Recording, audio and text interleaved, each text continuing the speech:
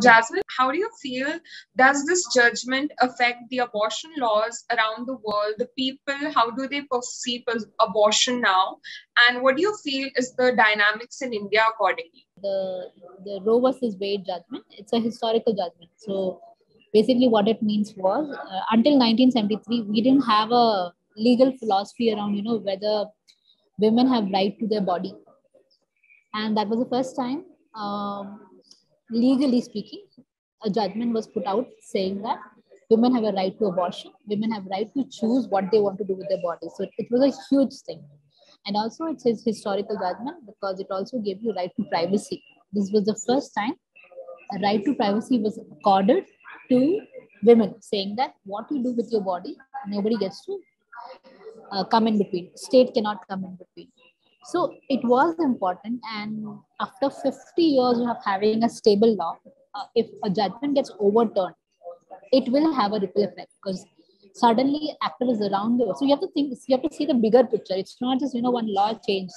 You have to see the bigger picture that the role of that law, it inspired generations of advocates, and we Indians are able to achieve a lot based on the fights led by other movements. So definitely this, step back will affect us. It will trigger, it will, there will be a ripple effect in terms of having, a fear of ripple effect. And it's a solidarity act. You have to remember that as women, as activists, as feminists, we are always in solidarity. So when things went bad in Poland, we were there in solidarity. When things went bad in Russia, we were in solidarity. The same with US. It's nothing, US is great, nothing like that. It's a solidarity thing. And it's scary also because it's not just one of the judgments, it's going to lead to other judgments. So this is basically saying that we want to go back to traditional families. So it's going to have more effects, like today they took the abortion rights, then they will take rights to contraceptives, then they will take rights to choose your partner. A lot can be done. It's a sad thing, but that's how law works. If you are a citizen, if you are a person, law is given to you, and if the state decides, law can take it back. So yes, the ripple effect is very strong. I don't think the US abortion laws will affect abortion laws in other countries. That's not going to happen. But like I said, there's going to be a ripple effect. If I'm not wrong, France already passed a law yesterday or day before yesterday. Yes. Yeah, adding some new clauses. So a lot of, but we have to understand that it's a bigger agenda. So, a lot of conservatives, and something I've been saying for some time, conservatives play a long-term game. They don't think about, small. They have been planning this for decades and decades. So it's a long-term planning, and it can come in other countries also. So conservatives can be Christians, can be Muslims, can be Hindus, it can be anyone. Basically, it's a philosophy.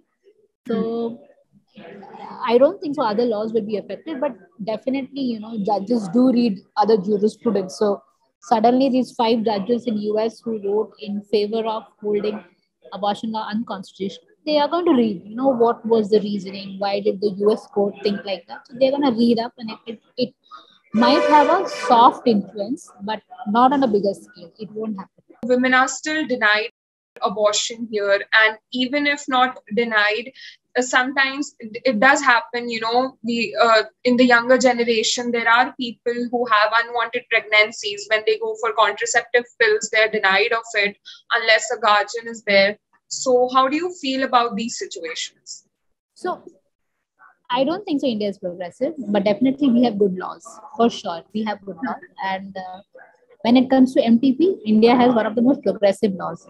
But we have to understand that these laws were always, they came from a population control perspective. It was not for women's rights. We have to understand there's a clear distinction. Yes.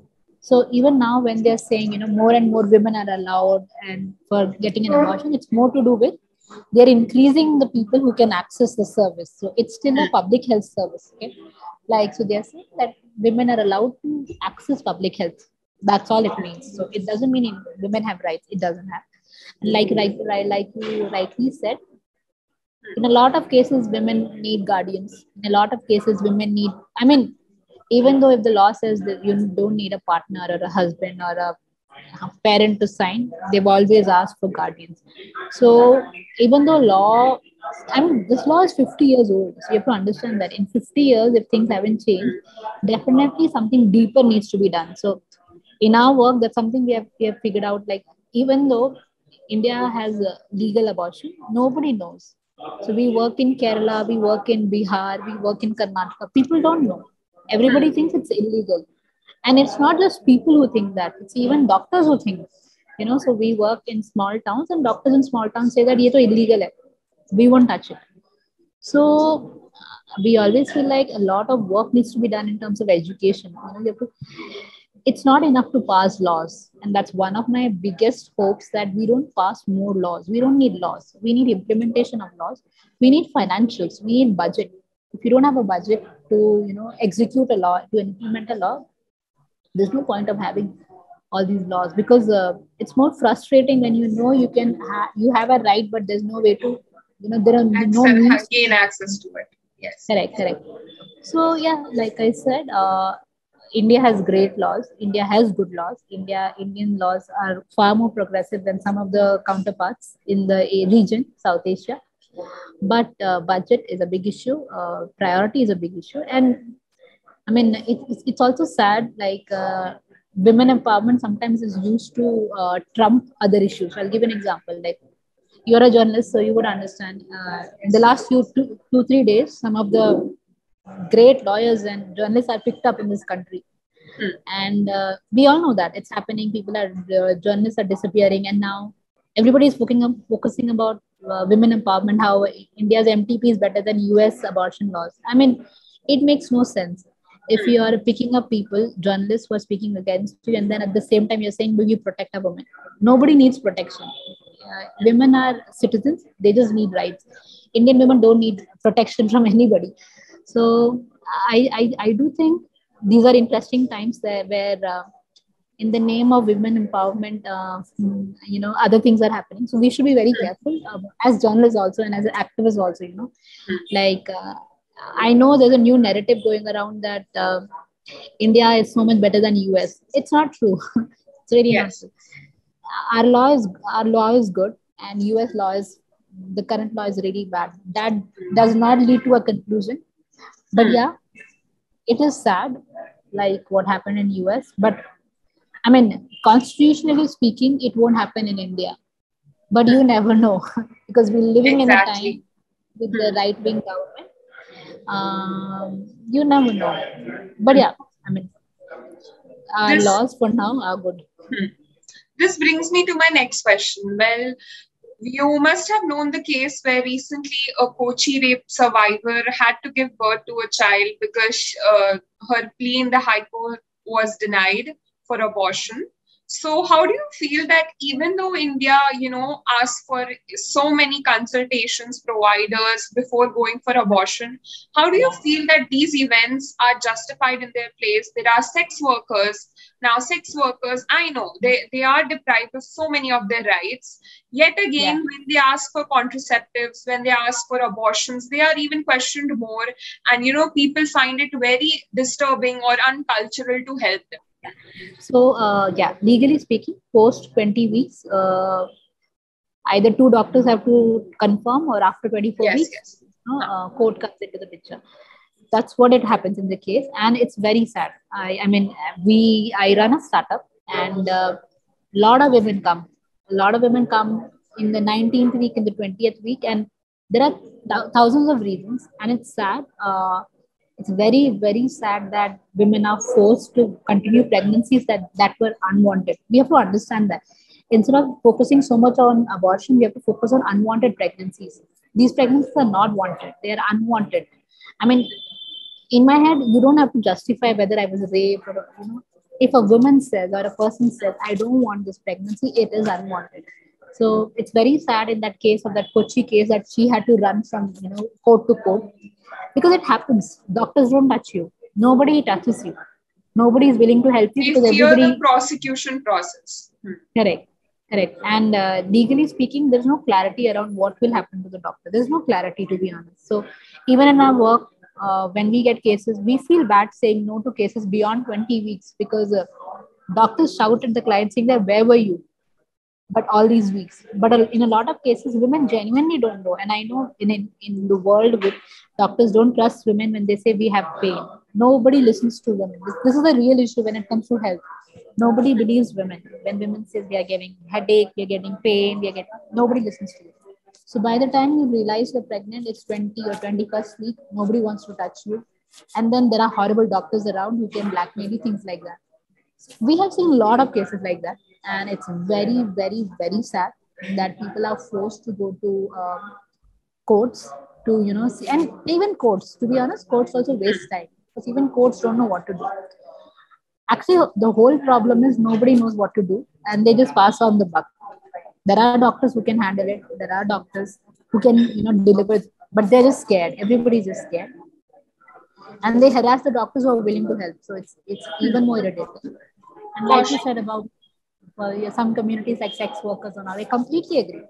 Sex workers, people below 18, everybody's harassed. Everybody is harassed. And it's because our obsession with controlling pregnancies, our obsession with controlling health, reproductive health. Now, you have to understand this, of all the laws in the world, there's only one law that regulates human body, and that's abortion law. There's no other law which controls a body part. It's only abortion law which controls a part of a human, which is uterus.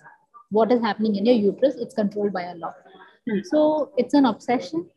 It's an obsession with controlling the population. It's an obsession with controlling a human body, saying that what happens in your body, state needs to control.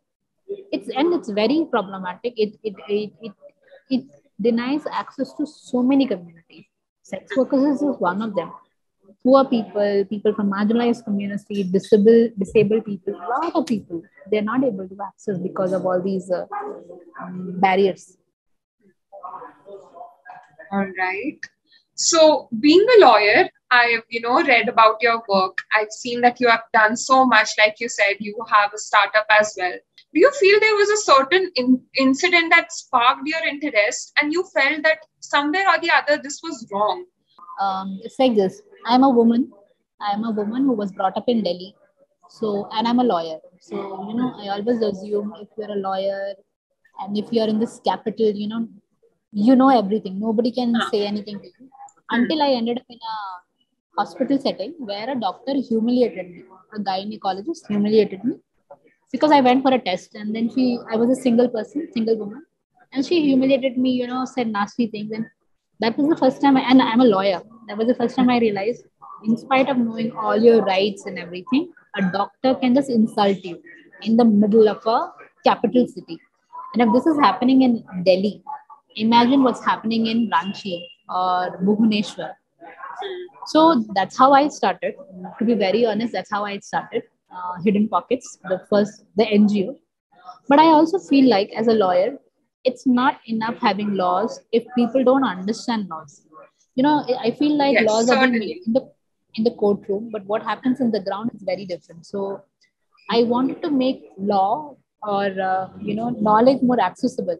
So that's how I even started doing. I mean, in my head, if you want to do education, take the NGO path. If you want to do service, take the startup path. If you want to do law, take the policy path. So these are different paths that I chose, and it's very simple. I believe in this. You should always leave the world little more better than what you got. So I had a hard time 7 years back. I'm not saying anything has changed, but at least there are a lot more people shouting about it. And I have the freedom because my great ancestors fought for my rights. So in my head, we are passing on. We owe it to each other. Like great grandmothers fought. We are living because of them. We should do something more so that the future generations can do better. So yeah, that is all. All The interrelated. Yeah, it's all interconnected, like you said. What do you feel is a certain, aspect or subject of this abortion law which you feel people are still not aware of? So two things. First thing is, so when we started tweeting yesterday, or started posting about it, a lot of people said that, oh my God, Indian feminists only speak when something happens in US. And I responded saying that it feels bad that for the 7 years we have been working, and it's only if something happens in US that you take notice. So I read that. I I read that tweet. Yeah, and I think that's very important. Even as journalists, it's very important that we cover the news on the ground and we give voices, because it's not a duty of activists to shout their own work. It's the duty of others. So in my head, one thing is appreciate people who are doing the work and support them. So, because there are a lot of activists who are doing great work, in the country. So hats off to them. We need to give more voices. Great work is being done abortion. Second thing is, people think abortion is a women's issue, and this is where I really want to speak. In maximum cases that we get, it's men who come to us, men who come for their partners. Men come for their girlfriends, their wives, their partners.